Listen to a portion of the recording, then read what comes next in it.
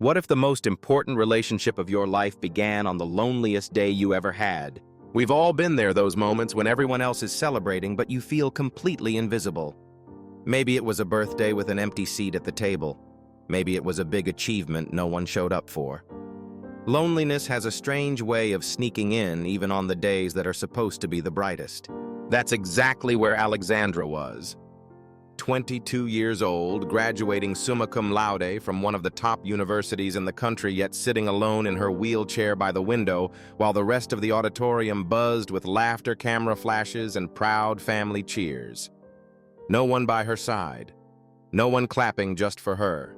But then, an 8-year-old boy tugged on his single dad's hand and asked a question that would change everything. "Dad, why is that lady sitting all by herself?" The auditorium at Riverside University was alive with energy camera flashes, proud parents cheering, the sound of hundreds of names being read across the stage. It was a day filled with joy, achievement, and new beginnings. But near a tall window away from the noise sat a young woman who didn't quite fit into the celebration. Her name was Alexandra Sinclair. 22 years old, dressed in the same cap and gown as everyone else, but in a wheelchair that seemed to anchor her in silence. Her cap tilted slightly, her hands clenched around the crumpled program in her lap. Long blonde hair fell across her face as she stared blankly out the glass, a world away from the excitement buzzing in the room. While classmates posed for photos surrounded by family, Alexandra sat alone. No one came to squeeze her shoulders. No one called her name. No one captured her moment on camera. And then across the room, an 8-year-old boy noticed her. "Dad," he whispered, tugging on his father's rough, work-worn hand. "Why is that lady sitting all by herself?" Marcus followed his son's gaze. He saw the young woman near the window, the way loneliness seemed to wrap around her like a heavy blanket, and something in his chest tightened. "Maybe her family just got lost in the crowd," he said softly. But even as the words left his mouth, he knew there was more to the story. "Can we go say hi, Tommy?" asked his small voice, edged with the kind of compassion only kids seem to carry without hesitation. "She looks really sad." Marcus hesitated. They had come to celebrate his friend Roberto's graduation, not to interrupt a stranger's solitude. But then he remembered his own loneliest moments, times when he'd wished anyone had noticed his pain. He nodded. "Okay, buddy, just to say congratulations. If she wants space, we respect that." Tommy didn't wait long once his dad agreed. His little sneakers squeaked against the polished floor as he tugged Marcus toward the corner of the hall. Up close, the young woman looked even more fragile. Her name tag caught Marcus's eye. Alexandra Sinclair, summa cum laude, Business Administration. A distinction that should have lit up her whole world, but instead her green eyes were rimmed with tears she hadn't let fall. Tommy, fearless in the way only children can be, spoke first. "Hi, I'm Tommy. This is my dad, Marcus. We just wanted to say, congratulations." Alexandra blinked, startled, as if she couldn't quite process kindness directed at her. For a second, she looked ready to retreat back into the silence she'd been holding on to. But then barely above the chatter of the crowd came a soft, almost reluctant, "Thank you." Marcus crouched beside his son, meeting Alexandra's eye at her level. "Hope we're not bothering you," he said gently. "My boy has this gift he notices when someone might need a friend." Something flickered across Alexandra's face, a mix of surprise and a spark of something else. Hope, maybe? "It's fine," she murmured. "Really, thank you for stopping." Tommy, oblivious to the delicate pause hanging in the air, barreled forward with the blunt honesty of an 8-year-old. "My dad says graduating is a really big deal. You must be super smart to finish at a school like this." "Tommy," Marcus warned, softly embarrassed. But to his surprise, Alexandra let out a small laugh, the first warmth they'd seen from her. "I guess I must be a little smart," she said, her hand brushing the armrest of her wheelchair almost unconsciously. "I just got through it while dealing with some extra challenges." Her voice trembled slightly, her eyes sliding away from theirs. Marcus recognized that tone. It was the sound of pain buried deep, the kind that never really goes away. The celebration around them swelled, families gathering for photos, hugs being passed like confetti camera flashes, lighting up every corner of the hall. And yet no one came for Alexandra. No parents searching for her, no friends tugging her into group shots. Tommy tilted his head, studying her with a seriousness rare for his age. "Are you waiting for somebody?" he asked. Alexandra's composure cracked just slightly. "My father's at a conference overseas," she admitted, her voice low. "He couldn't be here." The words hung in the air, heavy with something Marcus knew all too well, the ache of celebrating life's milestones without the people who matter most.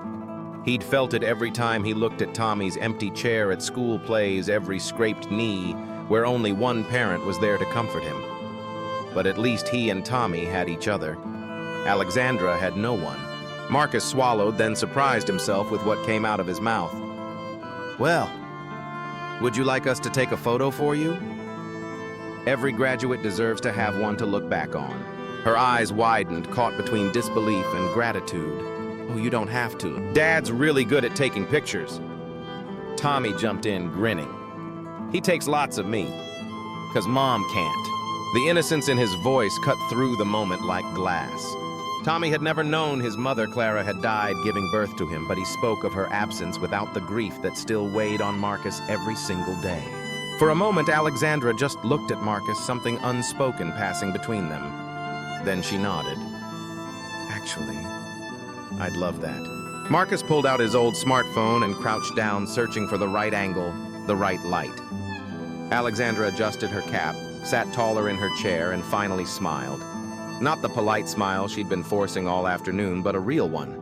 He snapped a few shots, then handed her the phone to see. "These turned out great. Want me to send them to you?" She gave him her number, and while Marcus typed it in, Tommy's eyes landed on the crumpled program in her lap filled with lines of Latin and academic accolades. "What's all this mean?" he asked. Marcus scanned it quickly, eyebrows lifting. "It means she was one of the top students in the entire school. Summa cum laude." "That's huge, Alexandra. You should be proud." For the first time, her carefully built mask slipped all the way. Her voice was barely a whisper, "I am." And in those two words, Marcus heard years of late nights of pushing through pain, of refusing to give up. Tommy didn't hesitate. He just leaned forward and wrapped his little arms around her shoulders. No permission asked, no thought of boundaries, just the pure, uncomplicated compassion of a child. "You're really cool," he declared matter-of-factly. "And really brave, too." Alexandra froze, then closed her eyes, returning the hug. And that's when Marcus saw it, tears finally slipping free. Not the kind born of sadness, but of something far more complex, gratitude, surprise, and the profound relief of being truly seen. When Tommy pulled back, Alexandra wiped her cheeks, smiling wider than she had all day. "Thank you, Tommy. You're pretty amazing yourself." The lobby was beginning to empty. Families spilled out into the sunshine, arms full of flowers and balloons. The energy of the day was moving on, but Alexandra remained by the window, a bright cap and gown framed by loneliness. Marcus glanced toward the exit, thinking about the long drive home, about dinner, about the small apartment waiting for them. But something in his chest twisted at the thought of leaving her behind alone again in the quiet. He turned back. "Listen," he said carefully, almost tentative. "I know we just met, and I don't want you to feel pressured, but would you like to grab some ice cream with us? There's a little place not far from here." Alexandra blinked, caught off guard. It was such a simple offer, yet for her it seemed enormous. He could see the battle flicker in her eyes, years of isolation, arguing with a fragile desire to say yes. Before she could answer, Tommy leaned forward, pleading in the way only an 8-year-old can. "Please, Dad never lets me get ice cream because he says it's too expensive. But today's special..." Marcus flushed red. "Tommy," he muttered under his breath, but Alexandra's lips curved into the faintest smile. "In that case," she said softly, "I'd love to. And ice cream's on me. It's the least I can do for the two people who just made my graduation unforgettable." The ice cream shop was small and a little worn, with mismatched chairs and faded family photos lining the walls. The kind of place where you could breathe easier, where no one cared about titles or appearances. And here, away from the weight of the university auditorium, Alexandra seemed to exhale for the first time all day. She was different in this light, still guarded, but looser, more open. She laughed when Tommy smeared chocolate on his nose, and when Marcus teased her about her serious taste testing method before choosing a flavor. Bit by bit, the edges of her solitude softened. Tommy asked her favorite color. She didn't answer quickly. She thought about it, really thought before saying, forest green. Because even in the darkest places, life still finds a way to grow. Marcus watched her closely, the way she spoke with conviction when she mentioned her degree. I wanted to study business to understand how companies treat people, she said. Voice steadier now. I think there's so much room for change, especially when it comes to inclusion and accessibility. The words carried weight. Marcus knew then it wasn't just about a diploma for her, it was about turning pain into purpose. Tommy, oblivious to the depth of the conversation, licked at his ice cream cone with gusto before chiming in.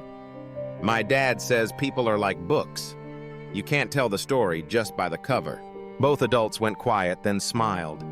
And in that tiny shop with sticky hands and melting cones, Marcus felt something shift. For the first time in years, he didn't feel like he and Tommy were just surviving. For the first time, it felt like they might be building something. The ice cream melted faster than they could eat it. Tommy had chocolate smeared across his upper lip like a mustache, and Alexandra actually laughed a sound Marcus realized he hadn't heard from her until that moment. It wasn't forced or polite. It was real. When Tommy darted off to study the pinball machine in the corner, the table grew quieter. Marcus stirred his half-finished vanilla with a plastic spoon, then glanced at her. It must be hard raising yourself the way you have. She tilted her head, eyes narrowing slightly. And raising a child alone can't be easy either. For a moment, they just sat there. Two lives that had been running on parallel tracks of struggle, finally meeting at a crossroads. Marcus exhaled as if the words had been waiting inside him for years. Some days are harder than others, he admitted. I dropped out of high school when my dad walked out. Had to help my mom keep food on the table. Met Clara, Tommy's mom, working the night shift at the factory. We had all these plans. For me to get my GED, maybe trade school. She wanted to be a nurse. His voice faltered, but Alexandra didn't interrupt. She just watched him with those green eyes, giving him space. She died the day Tommy was born. Marcus continued quietly. Complications during delivery. So it's been just us from the start. I'm so sorry, Alexandra whispered, and Marcus could hear she meant it. I used to feel like I'd failed her, he confessed. Like if I'd made more money, gotten better health care, maybe things would have been different. For years I carried that. Alexandra shook her head gently. You can't hold that kind of guilt, Marcus. You gave her love. That's what matters. Marcus looked over at Tommy, who was now bouncing happily in front of the pinball machine, narrating his imaginary victory to no one in particular.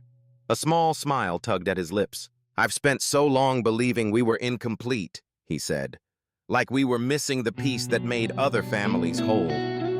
But watching him, seeing the way he loves people without hesitation, how much joy he finds in celebrating others, I think maybe we've been whole all along. We just needed someone else to share that wholeness with. Alexandra went still. Then slowly she placed her hand on the table close enough that his fingers brushed against hers. Her voice was soft but steady. Marcus, I've spent most of my life feeling like too much, too complicated, too difficult for people to deal with. But you and Tommy, you've never made me feel like anything other than exactly who I'm supposed to be. They sat in silence for a moment, the kind that didn't feel empty, but full of recognition, of unspoken promises of something just beginning. Tommy came running back, waving his arms dramatically. Dad, I got the high score without even putting a quarter in. Marcus laughed, shaking his head. Alexandra smiled wider than she had all day. And in that simple, ordinary moment, sticky ice cream cups, old pinball machine, and laughter bouncing off the walls, something extraordinary was quietly taking root. In the weeks that followed, the connection didn't fade. It grew. What started as Marcus sending Alexandra the graduation photos turned into casual texts, then long phone calls that stretched late into the night. She'd send him snapshots of her apartment near campus, links to articles about business ethics, little observations from her job hunt. He'd reply with photos of Tommy's latest Lego Towers stories from the factory floor and updates about second-grade homework battles. Through those exchanges, Marcus began to see the depth of Alexandra's isolation. Her mother had died shortly after giving birth to her. Her father, Nathan Sinclair, was a CEO who lived on planes more than at home. She had grown up surrounded by nannies, chauffeurs, and private tutors, attending elite schools where her wheelchair made her stand out in ways she never wanted. "I got really good at being invisible," she confessed during one late-night call. "It was easier than facing the whispers, the stares. Easier than climbing battles I couldn't win." Marcus was quiet for a moment, letting the weight of her words settle. "So what changed?" "The accident," she said. Her voice dropped steady but fragile. "It's hard to disappear when you're the girl who hit a tree skiing with her sorority sisters. It had happened her sophomore year. What should have been a fun weekend ended with a broken spine and a lifetime altered. My dad flew in from Hong Kong for 36 hours, just long enough to hire the best doctors money could buy. Then he left again. I think my disability was a problem he couldn't delegate or fix with a strategy, so he just stepped around it, stepped around me." Marcus gripped the phone tighter. Anger rose in his chest, not at her father's absence alone, but at the thought of her navigating all of that alone. "That must have been unbelievably lonely," he said gently. "It was," Alexandra admitted. "But you know what's strange? In some ways, it made me stronger. I couldn't rely on invisibility anymore. I had to speak up for myself, fight to be seen. Maybe that's why I chose business school. I wanted to understand how people in power make decisions that affect lives. And someday, maybe, I want to be one of the people making those decisions differently." On his end, Marcus found himself opening up more than he ever had to anyone outside his small circle. He told her about dropping out of high school when his dad abandoned the family, about working nights to help his mother, about meeting Clara at the factory, falling in love under the hum of fluorescent lights, building dreams that never got the chance to breathe. "We thought we'd save up, maybe get me into trade school." "She wanted to become a nurse," Marcus said, voice catching. But then Tommy came along, and complications took her life before she ever got to hold him. The silence on the line wasn't empty. It was full of empathy, of a kind of understanding words couldn't quite capture. Marcus, Alexandra said softly, "You've carried more than most people ever will, and you're still standing. More than that, you've raised a boy who shines brighter than most. That doesn't happen by accident." Her words sank deep into places Marcus hadn't let light reach in years. Bit by bit, phone call by phone call, text by text, they were rewriting each other's stories. Two lives shaped by loss and loneliness were slowly discovering what it felt like to be seen. It happened on a Tuesday night. Marcus's old sedan, already coughing and groaning like an old man, finally gave up in the factory parking lot. No matter how many times he turned the key, the engine sputtered and died. He sat there for a moment, forehead against the steering wheel, the weight of panic pressing down. How was he going to get Tommy to school tomorrow? How was he going to make his shift? Almost without thinking, he dialed Alexandra. "Rough night?" she asked when she picked up her voice warm and steady. "The car's done," Marcus admitted, his voice tight with frustration. "I don't know how I'm going to swing another one. Even a junker's out of my budget." There was a pause, then the sound of typing on her end.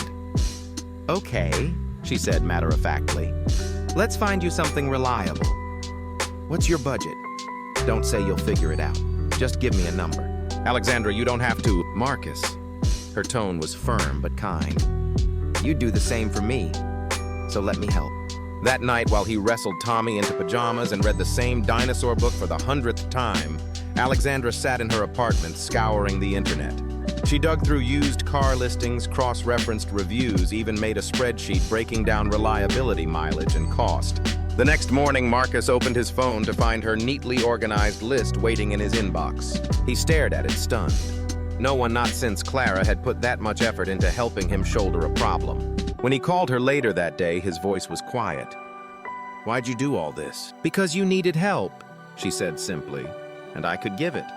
Isn't that what friends do?" Something shifted inside him then, something he hadn't let himself feel in years.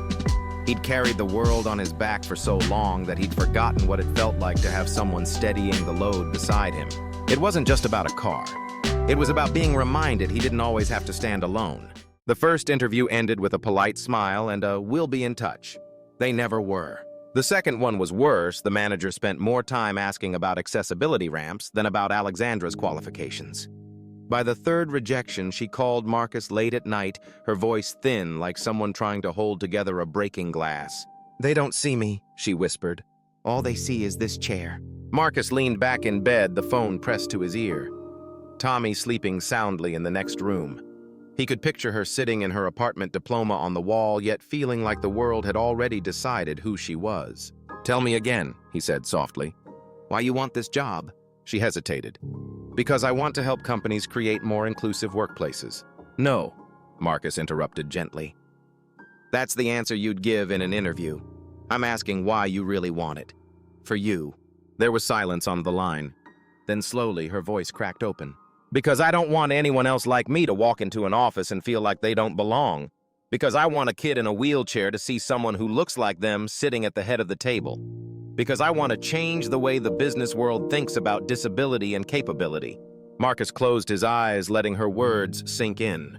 When he spoke, his voice was steady. "There it is. That fire, that's what they need to see. Not your chair, not the things you think hold you back. You, your vision." A shaky laugh slipped from her, half tears, half relief. "How do you always know exactly what to say?" "Because I see you, Alexandra, the real you. And believe me, once the right person sees you too, everything will change." And it did. Not immediately. She still faced rejection, still walked, or rather rolled into offices where her resume mattered less than her wheelchair.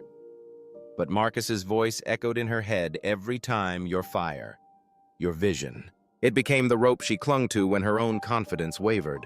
And through it all, Tommy treated her not as a struggling job seeker, not as someone different, but simply as Alexandra, his friend, his honorary family. He insisted on video calls to show her his Lego castles, mailed her hand-drawn superheroes labeled Super Alexandra, and pestered Marcus with the question, "When can we see her again?" It was Tommy, with his unfiltered love, who suggested it first. She should come with us to the father-son picnic. She could be like my aunt. The Saturday of the father-son picnic was picture perfect, clear skies, a soft breeze, the kind of spring afternoon that begged for laughter and grass stains.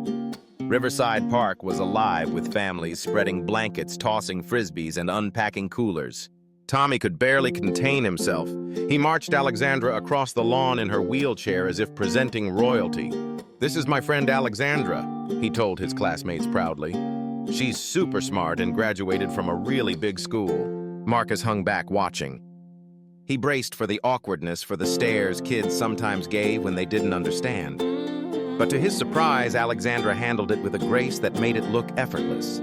A little girl walked right up, eyes wide. "Does it hurt to be in a wheelchair?" she asked bluntly, in the way only children can. Sometimes Alexandra admitted honestly. "But you know what? Everybody has something about their body that can be tricky. Some people wear glasses to see better. Some need hearing aids. Some of us use wheelchairs to get around. We all just move through the world in different ways." Another boy piped up. "Can I try sitting in it?" Alexandra smiled. "Sure, if your parents say it's okay." Within minutes, a line had formed. One by one, second graders took turns rolling a few feet in her chair, giggling, asking questions. And Alexandra answered each with patience, humor, and a calm that disarmed every curious stare. Marcus's chest tightened as he watched her. It wasn't pity she was giving them. It was perspective. It was dignity. And the children lit up around her, not because she was different, but because she made them feel seen. He caught himself thinking something he hadn't let surface in years. She'd make an incredible mother. The thought startled him, but it wouldn't go away. Later, as the games wound down and the kids sprawled on blankets with juice boxes, Marcus sat beside Alexandra in the shade. Tommy was across the field demonstrating his cartwheel technique, arms flailing wildly while his classmates cheered. "You know," Marcus said slowly, his voice low enough for only her for years, "I thought Tommy and I weren't a complete family, like we were missing a piece everyone else had." Alexandra turned to him, her eyes soft in the golden afternoon light. But watching him today, Marcus continued seeing how he includes people, how happy and confident he is. Maybe we've been whole all along. Maybe we just needed the right people to share that wholeness with. Her lips trembled. She reached over, slid her hand into his, and squeezed. "Marcus," she whispered, "I've spent most of my life feeling like too much trouble for anyone to bother with. Too complicated. Too different. But with you and Tommy, I feel like I'm exactly who I'm supposed to be." They sat in silence, the kind that didn't need filling. The sun warmed their faces. Children's laughter carried on the breeze, and Marcus realized something had shifted inside him forever. 6 months later, Marcus was at the factory when his phone buzzed. The screen lit up with Alexandra's name. She almost never called during his shift, so he ducked into a quiet corner, wiping grease from his hands. Marcus. Her voice burst through the line, trembling with excitement. I got it. I got the job. Marcus grinned, pride swelling in his chest. That's incredible. Tell me everything. Words tumbled out of her, how a major consulting firm had been blown away by her thesis on inclusive business practices, how they wanted her to lead a brand new initiative on diversity and accessibility. It's exactly what I've been working for, she said breathlessly. Real resources, a real team. I could make a difference. I'm so proud of you, Marcus said, and he meant it, every word. But then came the pause, the kind that carried weight. There's just one thing, Alexandra said, her voice dipping. The position is in Colorado. I'd have to relocate. The words hit Marcus like a steel beam to the chest. He forced himself to keep his voice upbeat. That's amazing. You can't turn down something like that. Can't I? Alexandra's tone was quiet, uncertain. Marcus, these past months with you and Tommy, they've been the happiest I've ever known. What if no job is worth giving that up? Marcus leaned against the wall, closing his eyes. His hands shook slightly. Alexandra, you can't give up your dream for us. You've worked too hard. What if my dreams have changed? She asked softly.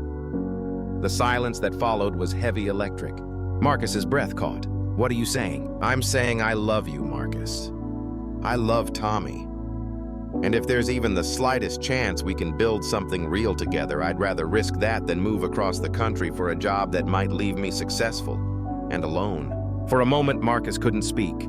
His throat closed, his heart pounding. He wanted to say it back, to let it pour out, but fear clenched tight.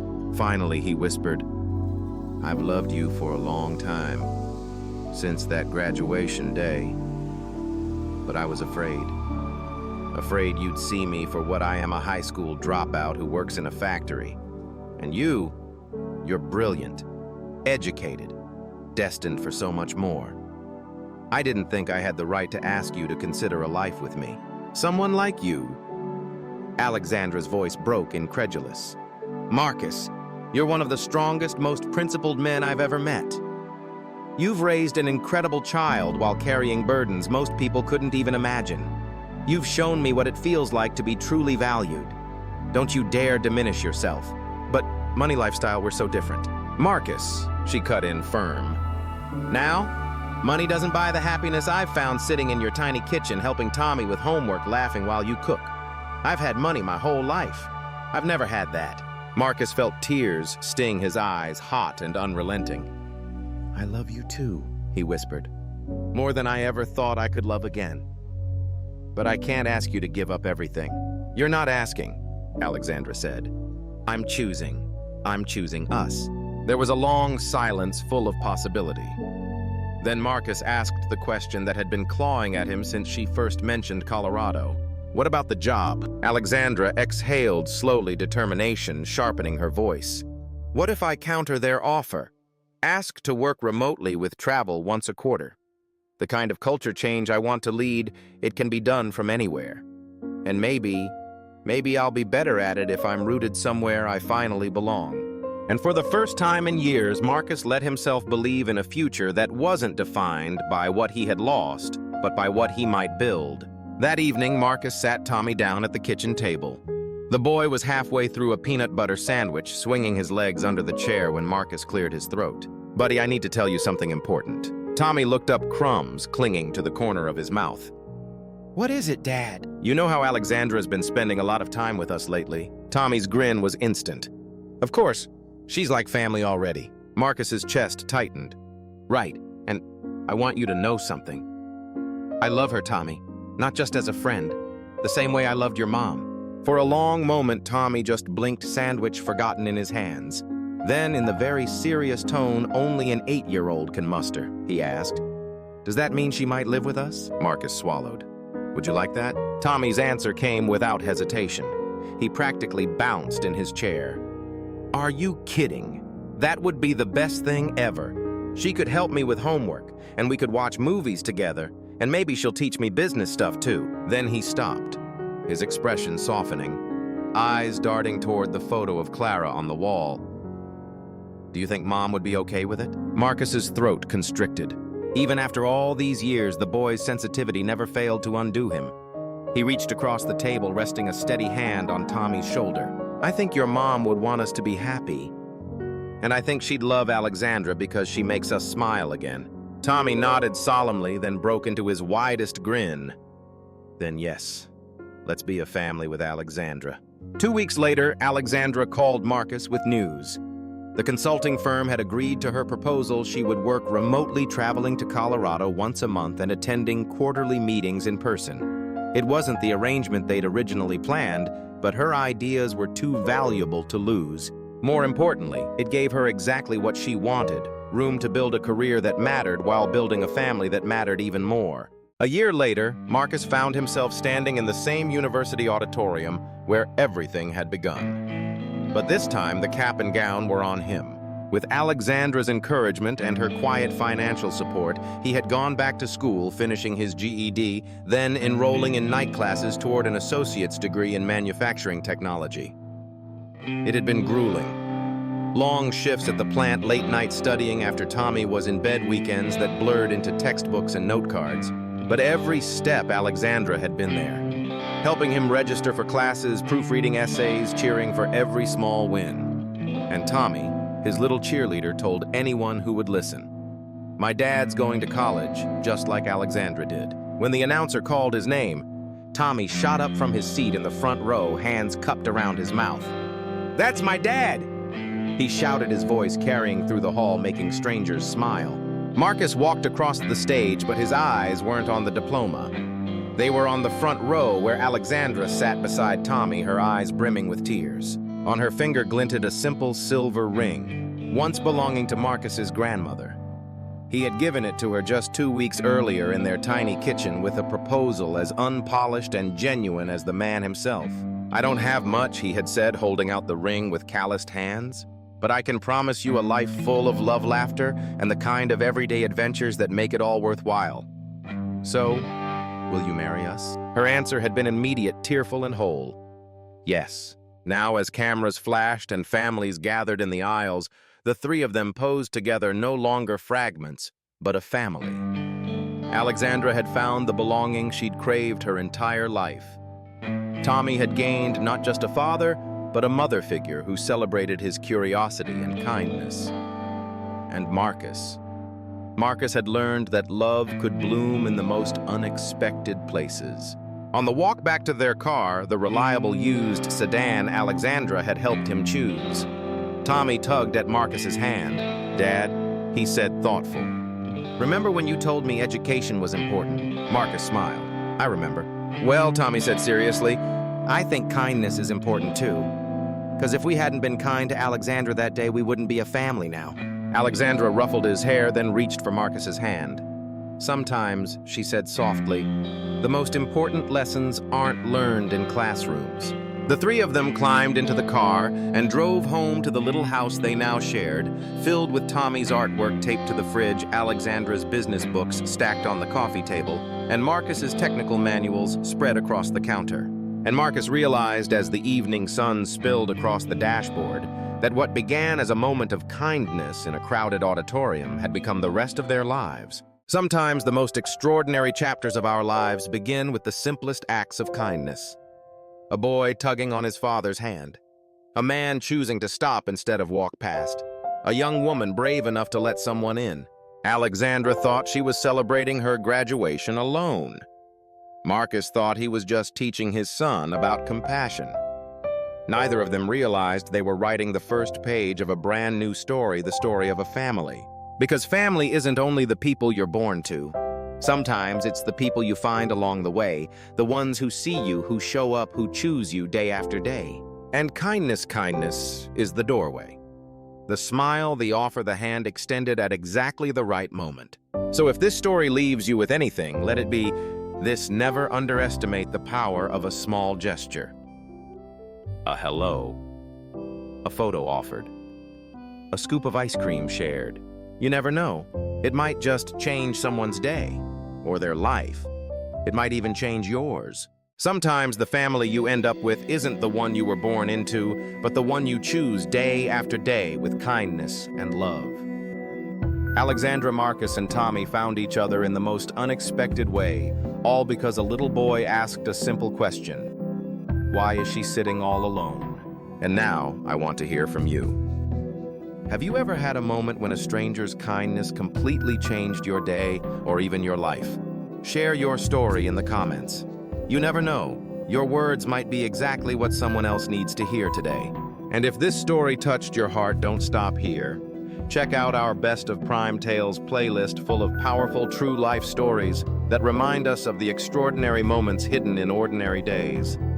Just click right here and keep the journey going.